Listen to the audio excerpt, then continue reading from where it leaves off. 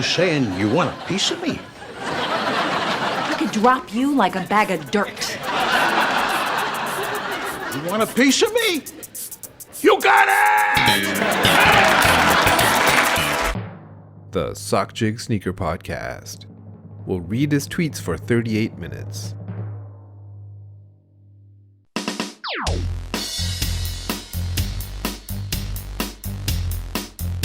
Welcome to episode 20 of the Sockjig Sneaker Podcast. I'm your host, Sockjig. You can follow me on Twitter and Instagram as well, at Sockjig. This podcast is about my history with a certain venture capital funded cook group that's been in the news recently. I'm not going to say them by name because, I don't know, fuck them, that's why. I usually record the intro at the very end after I've edited the whole podcast, so one thing I wanted to mention that I didn't mention probably in the core of the show is that I'm not bitter or jaded, no matter what you hear in this thing. For me, sneakers are always meant to be fun, and so my intent has never been to gatekeep or to get jaded. So as you're listening to this, try to keep that in mind, even though I said fuck them. But before that, I also wanted to say thank you to everybody who bought the socks that I dropped recently with the Jut Boys FNF. That was intended as a private collab. I'm not even sure if anyone's ever done a private collab before. Thank you to For You Labs and everyone else in Jut Boys FNF. Those guys are good guys. That's why I wanted to do this. Most of the proceeds from the socks were donated to a member in the community who's been going through a really tough time. And those guys do a lot of that kind of stuff of charity drive and raising money for various things. So that's why I wanted to do it. And that was the real intent of that. If you missed out, I have new socks coming soon in a couple of weeks. So we'll get the podcast started, but first, I haven't done pickups or on feed in a while, so I wanted to talk about that first. On feed recently has been the Yeezy Foam Runner Mineral Blue. I really only undead stocked those because I was invited to my first outdoor event in, 18 months or whatever it's been. It just went with my fit and the heat that we're going through. Thank you, Twitter, for not roasting my fit. I also have been wearing the Salehi, the orange Peace Be the Journey ones. I'll talk about some of the misses that I had, but I haven't got I missed out on the water Salehi one, so I've just been wearing these on short walks in the neighborhood. I probably wore the Air Max 1 Snow Beach as well. I think I posted a picture on Instagram as well. And mostly just various Prestos. Presto is my go-to summer sneaker. So I wore the acronym ones, the Volt ones, some GR ones. Even busted out the CDG Presto tint that I don't know if anyone else even wears anymore other than myself. But I'm a big fan of those. Misses lately, like I said, there's been plenty of misses. I missed out on those Salehi Water Be the Guide. That was a kind of a wonky release. He's on his site. He, dropped them early. I didn't have IG notifications on, so I totally missed. If you're 1 minute late, you're gonna miss, especially if he's dropping early. I missed out on the white Oreo 4s as well. And really all these sportswear dunks, I don't even try for those anymore because it's just whatever. Another pastel one. You miss them all. Who cares? I missed out on the ICA Lemonade AF ones, the off-white ones. I knew that shock drop was happening before, I'm pretty sure everyone did at that point. And I was out the night before, so I was like, you know what, the drop is 7 a.m. on the West Coast, so I was like, I'm not going to wake up for these. And then what happened is I ended up waking up anyways. So then I'm up about 10 minutes before the drop. I haven't updated my phones. I haven't spoofed them because I've had, I got new phone ever since last time I needed to spoof. And I didn't want to go scramble and rush. So I figured I'd just going to watch on Twitter and see how the drop goes. And it went pretty well if you knew who had a spoof. So a whole bunch of people in the group chat were able to hit. So I was glad people were able to at least get those. Pickups, I haven't done pickups on the podcast in a while, so there's probably plenty. I got the Paperboy 992 New Balance, neutral gray low Jordan 1s. It's been a while now, but I got the two big drops that happened, the Bodega 990 V3 and the Undefeated Air Force One and the Dunk. I actually don't have those in hand yet. They're still shipped to the US. I got the Fear of God California Mule Slide. I'm excited to get those in hand. I don't have those in hand yet either. I was able to pick up the LeBron 8 South Beach. Those dropped at the same time as the Lemonade Off-Whites. So I was able to get those because they dropped early in Canada. And I did get both Union 4s. I was intending on telling the story of the Union 4s today, but I will probably save it for our next time. And I will talk about how I got those. All right. Let me talk about my history with a group that I won't mention by name, so I'll just call them the Sneaker Buying Country Club and their co-founder. Since basically all bad publicity is good publicity for them, that's why I don't want to mention them by name. I'm talking about the cook group that got funding recently by that Vibe capitalist. It's a group that I helped out initially, and how it ended recently with them blocking me. So I even delayed recording of this episode just so I could cool off a bit, so I wouldn't come off as a giant rant. You know, giant rant might be more entertaining, but really, I just gotta stay true to myself here, and I'm not really a rant guy, so there might be some edge, but I try to smooth off most of the edges. But first, I want to go back to how it all started, way back in 2017 or so. So the co-founder of that Sneaker Buying Country Club also started Kicks Deals, and around 2017 or so had started the Canadian version of that called Kicks Deals CA. And it was an affiliate account, you know, there was links and stuff, but it had more personality back then. He would talk more about what's coming up and, you know, would respond to people. It wasn't just straight up links. So that co-founder, he lives in Vancouver. So I had known him a bit through circles around here. You know, not very well. I've never hung out with him or anything like that, but just random chats about random sneakers that would come out. So why I go back to 2017 is because that was when the Air Jordan 1 Royal drop happened. And Nike CA, who this co-founder has a plug with, was supposed to drop like thousands of Air Jordan 1 Royals, the 2017 ones. So much so that he had plugged it as a legendary drop. I think it was 5,000 pairs. He had told me the stock number, but I honestly can't remember. But it was normally for Nike CA, they would drop 100 pairs, was like a good drop, sometimes like 30 pairs. But this time it was going to be astronomical at 5,000 pairs. So all these drops are at 12 a.m. midnight PST, which is 3 a.m. EST, because Nike CA is operated out of Nike Europe. And so that's when it's 8 a.m. for them. So that's when they usually drop. But what happened was that drop was a disaster. You couldn't cart anything. It was just spinning. And then eventually the drop was pulled. And it basically just said sold out. And it seemed like they had maybe sold a few of them, but most of them did not get sold at all. So it went from 5,000 pairs being told 5,000 pairs are dropping to now having egg on his face because hardly anyone got a pair. Why I mention that is because that is probably the first day that this country club was founded. Because he basically said, fuck this. Why am I giving this info for free?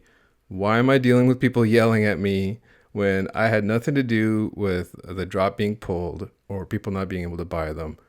I was told this is what was going to happen, but then that didn't happen.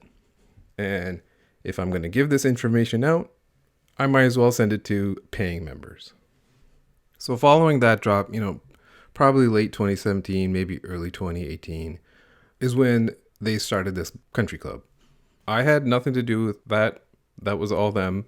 I would discuss things with him about how is it going and things like that, but I had absolutely nothing to do with any of the co-founding or anything like that.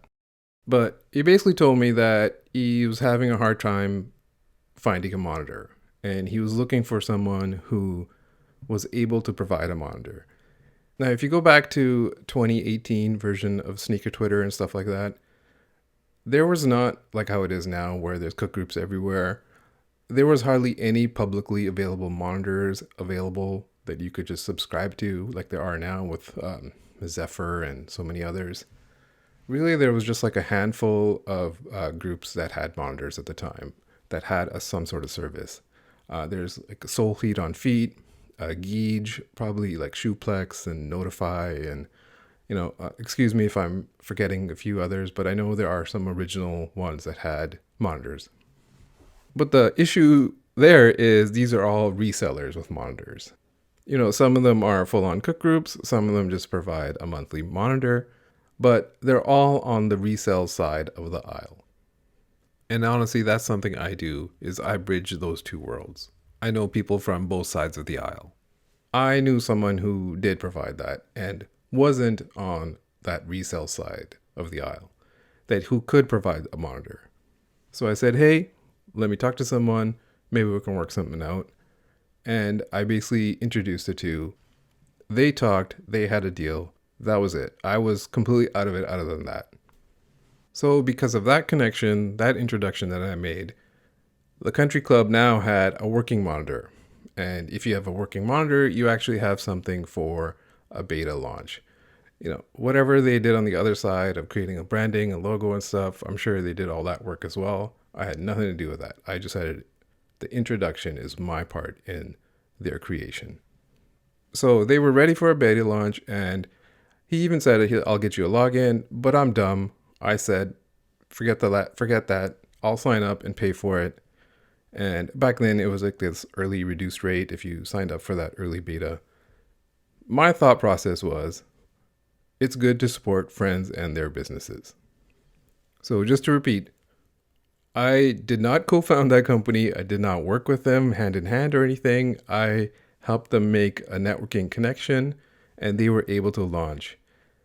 So without me, I don't know when they launch. Honestly, a lot of this stuff, I wouldn't even publicly talk about it if they didn't end up blocking me. That's the only reason I'm even saying this part. But we'll get to that part.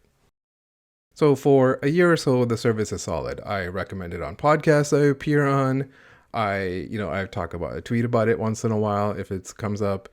I thought it was a good idea where there's more non-resellers than there are resellers. So why don't you market a monitor to them and make it easier for an average Joe to buy a sneaker? That was the pitch at the time. So they were always a small operation early in that 2018, early 2019 time, maybe a couple of employees. Then the operation started expanding into sneaker articles and podcasts and things like that. The goal being to funnel all those people into this paid membership service. Even early on, they offered me $50. He offered me $50 to write an article for the site. I never did, but eventually I went on their podcast and basically gave the list I would have written as an article on the podcast for free. So eventually they start growing. They start creating more and more Slacks because they cap it off at 1,000. As the service grows, the monitors need to be maintained. And at some point, they do swap out those original monitors with, I think, even Zephyr as a monitor, or maybe someone else.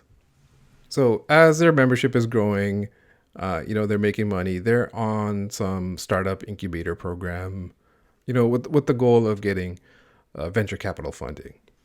And, at the time of their founding, their mantra was always about anti-resell. Let's focus on everyone else.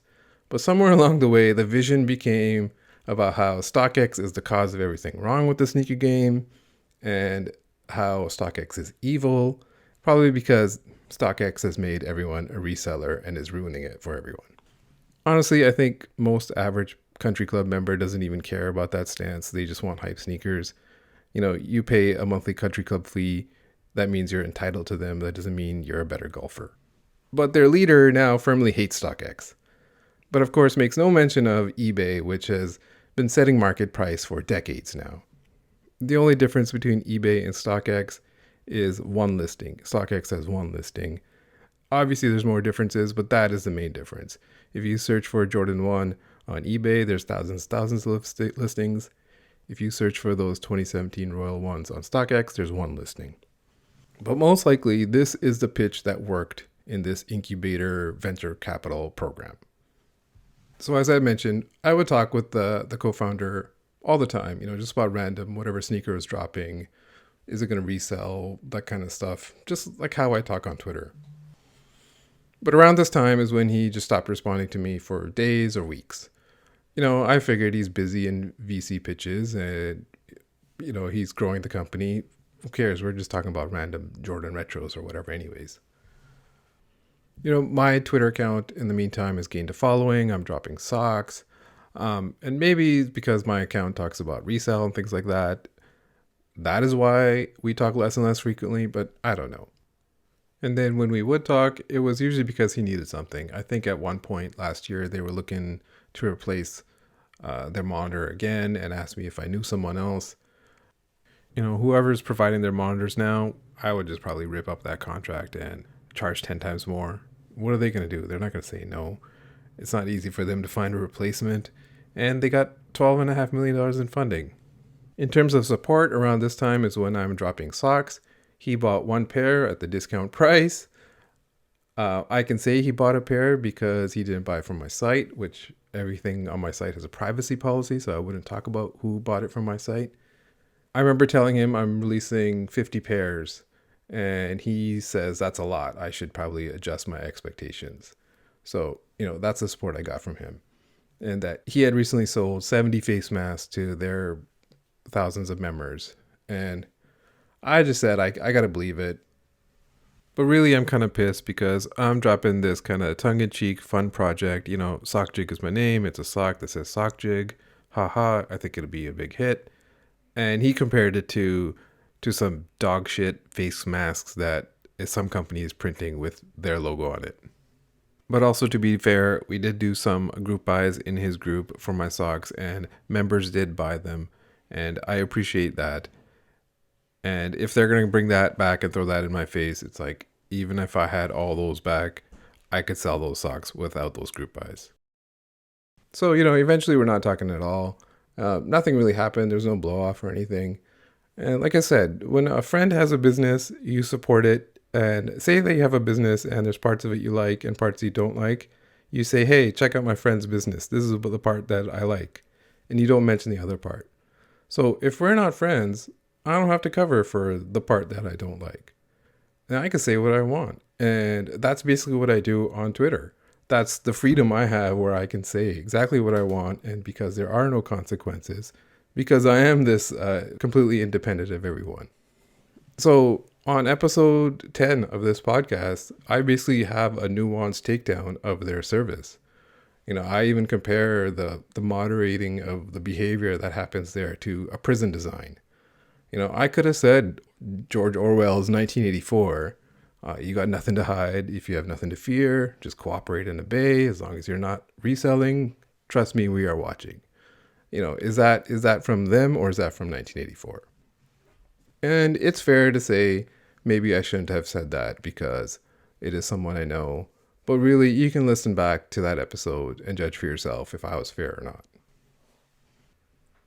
So in June or so, it's announced that they got another round of funding of $12.5 million of funding. And the usual sneaker Twitter cycle repeats again. The sneaker Twitter reseller types are like, holy shit, a cook group got this much money. There's jokes. The people who are in the group and in the service are retweeting it and amplifying it as well. The thing I responded to was that Vibe Capitalist dude had announced his investment in the company in this truly awful video where he's pretending that he cares about community over market price, just completely lying to you. And I had said, I don't believe a word of this. This guy is full of shit.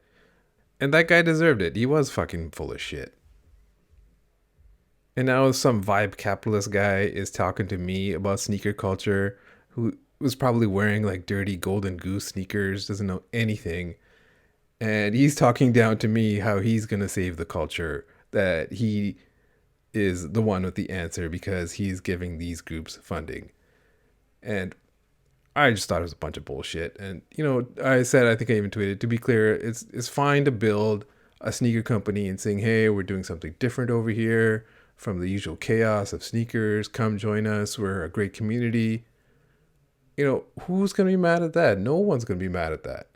But when you say all of these guys are evil, and if you're against us, you don't know what you're doing, you're part of the problem, we are the true saviors, come join us. That's the bullshit that sounds like a cult.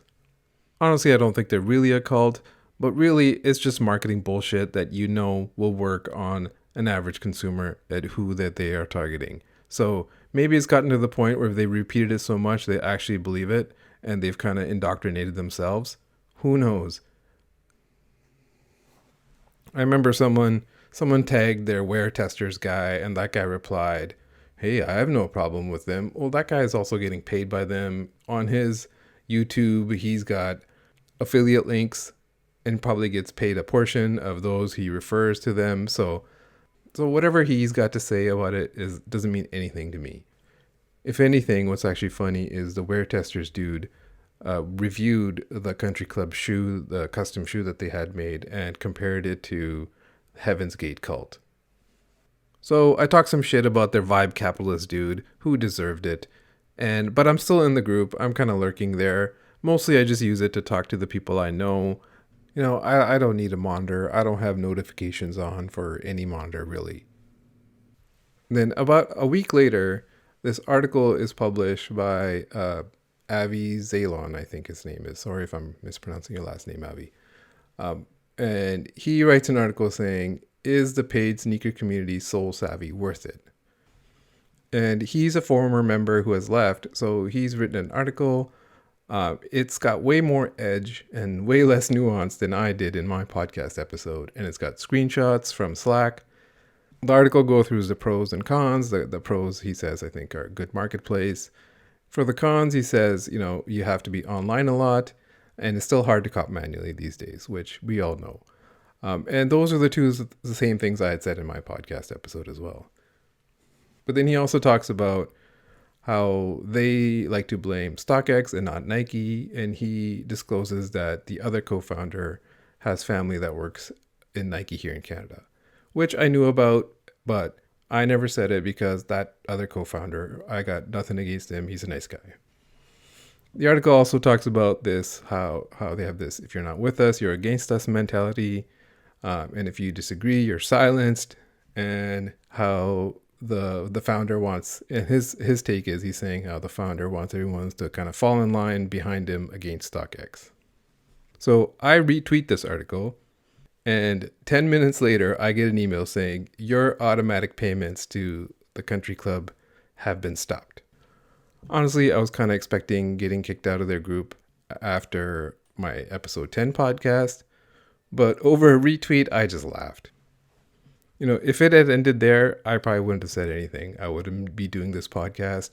But then I checked Twitter and I saw that I was blocked on the Country Club Twitter account and on the co-founder's personal account as well. And I just shook my head. I thought it was pathetic, really. Kick me for the service, sure. I've talked shit about it. You don't want me there, kick me. I'm fine with that. I don't even need a monitor.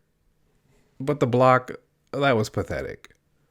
Even though I helped them cross that aisle between the squeaky clean company and this resell Netherworld, and helped you get started, helped you cross that aisle.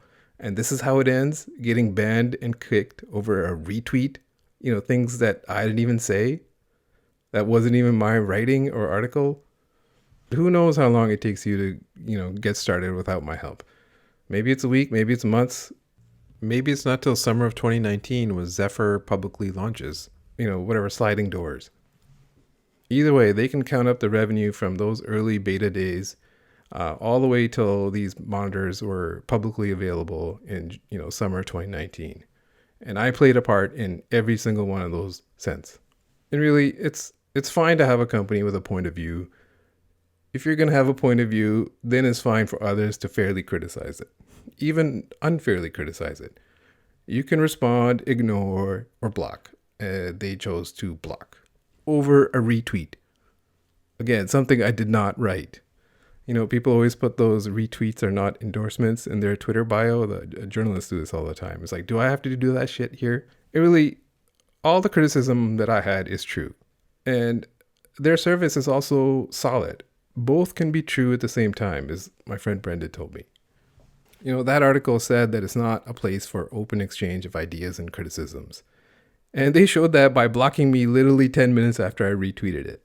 It's like if you were a boss and you wanted to fire an employee and you say, "Hey, listen, Kenny, I'm sorry, we're going to have to let you go. And Kenny asks, why? Well, Kenny, you can't keep your cool and you have anger issues.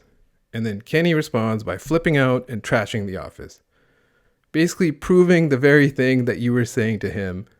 And their response was exactly that, proving the very thing that article has said, that it's not a place where you can openly criticize them. Maybe you can't even retweet stuff about them. And this is the bullshit that's going to save sneaker culture? Give me a fucking break. Next thing you know, they'll have red hats that say make sneakers great again. When it was announced they got funding and people in resale community made jokes and went after them, a lot of it is stuff like, it's just a cook group, they're reselling info, you're paying membership means it's not for retail really. If you go back and look at what I said, I did not say any of that kind of stuff. Because I've always said the game is the game. If you provide value to people, then you have a viable business. So when random resellers and stuff say that, they can sweep that all up as these are haters and use that as like marketing fuel, that they're on the right path. But really, they can try that and do that with me, but I never said any of that stuff. Sure, I may have liked tweets or retweeted tweets, but that does not mean I said those things. Everything I've ever said is out there. No one can throw anything in my face because it's either the truth or it's my opinion. And when I post my opinion out here, feel free to find any flaws in it if you want. So they've blocked me even though I helped them start their beta. Even though I think their VC pitch of trying to save sneaker culture is complete bullshit. How can you save something you don't own? No company owns sneaker culture. So that was when I tweeted that I was blocked.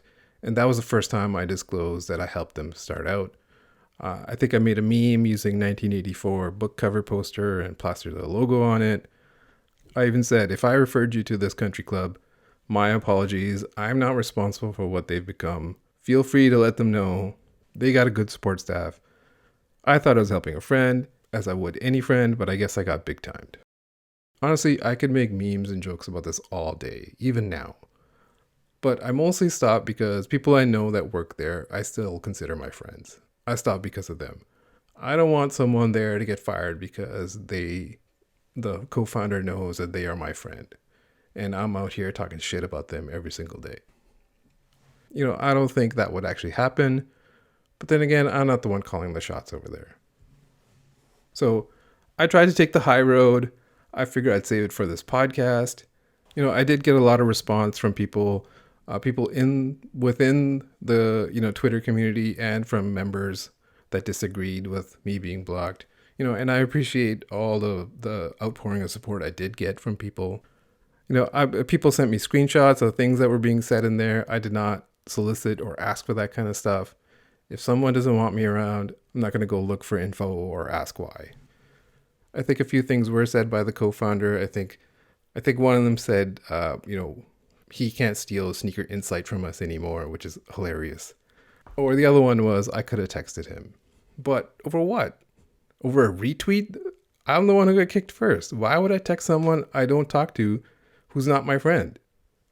Anyways, I heard all those got deleted. They were probably thinking that someone would send them to me and I would tweet it out, which I never did. People, like I said, people did reach out, and they were unhappy with how it was handled. If you back me up, like I said, I appreciate you. I thank you. Some people told me that they're going to quit. And like I said, I could have tweeted that kind of stuff all day. Look at people are threatening to quit because of me. But really, I don't think a lot of people will. If it's your community and you get something out of it and, my criticism doesn't matter to you, then great, go ahead. But then I heard people were there also trying to dox me. If you're actively trying to dox someone, just look at yourself in the mirror and ask what you've become. Entire communities get erased for doing that kind of stuff. So I said I wouldn't say that much, and I kept it mostly quiet. And then this story broke about PacSun partnering with the consignment shop to sell shoes on their site at consignment prices. And a little side note on that, this is all very similar to the American Eagle Urban Necessities deal. That was in store in New York. This is online. From what I heard, from PacSun's perspective, it's about customer experience. If someone is looking for a fit and Hyper Royal Jordan 1s fits that fit, then PacSun can say you can get this all in one spot. which makes sense. But, I don't know how many people are actually doing that, but that was the pitch and they rolled with it. But it was a topic of the day on Twitter. I guess the co-founder said something about it and was, using it as that this is, the evil resale economy. I don't know. I'm blocked, so I didn't see. But on my timeline, I saw a whole bunch of people complaining about the country club again. So then I had a thought. Then I tweeted out. I said, if this country club wants to build a women's community that's safe and about inclusivity and diversity, but when there's any criticism about them, they block and deny everything to protect their image. The point was, how can they go out and pitch being inclusive and diverse for women when, silencing critics is their MO? What if someone has an issue with harassment and they bring it up and it's not handled how that person likes it? Is that member going to be blocked and kicked and silenced? Or will they be heard and actions taken? I can only go by the actions that I went through. That's why I was tweeting this. Believe what people do, not what they say, right? Actions speak way louder than what anyone says in a hypebeast interview. So this guy from the Canadian version of the Slack I was in, a member of this country club, replies to this tweet and says, "You mad bro," and then follows it up with, "Me trying to take them down proves that they're making a difference. They should use my tweet in their ads." First off, he completely ignored my point. And, I'm still not sure which tweet they would use, my tweet of mine they would use in their ads. Would they use the one that he was replying to here? So, "You mad bro," made me angry. He trolled me first. So I had to cyberbully him back. I basically said to him, "Your opinion is trash. It's always been trash.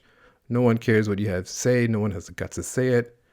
I guess that means I made it personal. And he actually responded with, "Wow, classy." So if you're in my mentions with "you mad bro," then you can't clutch your pearls when I respond. Maybe you shouldn't have been talking all that shit. You shouldn't have been talking shit. Anyways, it got to the point where I think people were texting me to stop, that I had bullied him too much. I heard the next day that people in that Slack group were mad at me because of this. Maybe they missed the part where he trolled me, and they just saw the part where he got bullied. But it's like, if a burglar comes into your house and you beat the shit out of the burglar, then the burglar's friends are mad at you for beating him up. Well, don't be a fucking burglar. Anyways, they all got riled up. I think one guy said I'm racist. She's like, how can a brown man be racist against another brown man? I heard later that there was talks about doxing me again. What's funny is a lot of the people that were mad at me previously had bought socks from me. So there's a privacy policy on my site. I can't talk about who bought socks. I could show side-by-side screenshots that I got of people talking shit about me and their receipt. So I could have sent those tweets. I didn't, but I have them. So call me a clown all you want. That doesn't mean much to me coming from a circus tent of bootlickers. Stop paying your monthly country club fee and then tell me how much the boot you're licking cares about you. But I get it. Stand by your friends, stand by your community. You're free to reply to any criticism I have of the country club or this podcast. But if you troll me, then those are the rules of engagement. So prepare to get wrecked. And if you bought socks from me and don't like me anymore, all I can say is thanks for the support. Sorry it didn't work out. I still appreciate it. Maybe one day you'll change your mind. Let me take a small tangent here about some other hate that I got. I made a tweet recently about how Nike's only bothering to explain early access because of the Ann Hebert incident and the bad press that they got. And that is also why they changed everything to a draw. The point of it was Nike is reacting to the bad press, and that's why you're seeing articles like this. So this guy quote tweets it and says, Nike's not doing anything because of one incident, and accused me of clout chasing and that my takes are bad. But I know this guy. He's a sneaker warehouse in Oregon type of guy. Buys up lots of pairs, probably sells them to China, take advantage of the no tax thing. You live close to Nike, maybe get them under retail. But the other thing I know is he's supposedly friends with Joe Hebert. So that's the real reason why he's mad at me, because I mentioned his friend's mommy. So we had some Twitter back and forth. That's fine. I can handle that. I only kept going because he chose to make comments about my life when he knows nothing about me. Like I said, these people who fold cardboard all day they ain't got shit to say to me. I don't care how much money you make. So anyone can fairly criticize me or my takes all they want. Make it personal and you'll get a response. I might not take shots about your life or flex wealth, because that's the shit you do when you have no sense of humor. Wait a second, is that a personal shot? But really, there's no heat there. He was just standing up for a friend and got mad at me because I mentioned his friend's mom in a generic tweet about bad press. Then some of his other bozo friends chimed in. But do I care if Joe West's friends are mad at me? No, fuck those guys. Okay, back from the tangent, and just to wrap this all up, maybe I shouldn't be putting all my business out here like this, and that's a fair criticism. Even here, I tried to be fair and not take cheap shots. I probably failed a few occasions. I'm not perfect, but really it's the truth. And if it's your truth, you own it. And they can't weaponize it against you. Only you can weaponize the truth. They or their members can try to spread lies about me. I'm not going to let some bootlickers weaponize mistruths about me. And really, at the end of the day, I'm not trying to end them or anything. There's no vendetta on my part. If destruction be their lot, they themselves will be its author and finisher, to quote Abraham Lincoln there. I've spoken about it here. I probably won't speak it again, and I could point to this episode if anyone cares to hear the truth. But I can change my mind because it's my truth to weaponize if I please. I can like or retweet whatever I want. Why did they block me? I really don't know. Usually the answer is insecurity, but you'll have to ask them. As my friend Lex on Twitter said to me, fuck them. That's exactly it. Fuck them.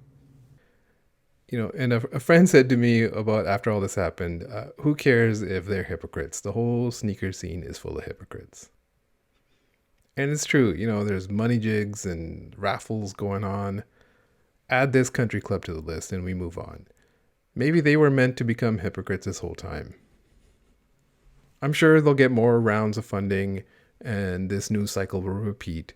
I'm sure they feel very validated because they got 12.5 million, because they got members and they got funding from vibe capitalists. But, what's the measure of success in life? Are you a success in life because you treat people well and you support your friends? Or are you a success in life because you got venture capitalist funding? Does venture capital funding validate every bullshit opinion you have? To the money people, maybe it does. To the rest of us, it does not. Beware what you become. For when you gaze long into the abyss of vibe capitalists, the vibe capitalist gazes also into you. And as that idiot said, toxic beauty is all around us. This has been episode 20 of the Sockjig Sneaker Podcast. Thanks for listening. We'll see you next time. I know I'm supposed to try out new sign-offs, but I think last week's applies so well this time. So go fuck yourself.